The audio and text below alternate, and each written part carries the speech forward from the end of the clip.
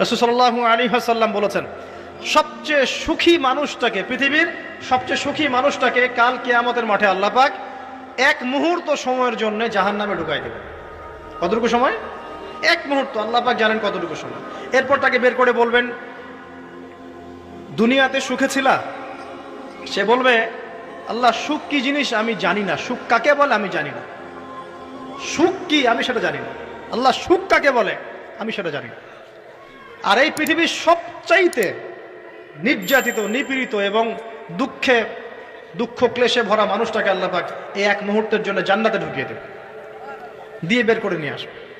বলবেন যে দুনিয়াতে দুঃখে ছিলা, কষ্টে ছিলা? এই ব্যক্তি বলবে, আল্লাহ কষ্ট কি জিনিস আমি জানি না, কষ্ট কাকে বলে আমি কষ্টের সংজ্ঞাই জানি না। এই ব্যক্তির তাকদিরে কি হবে পরে? এই ব্যক্তি জান্নাতের ওই যে আরফ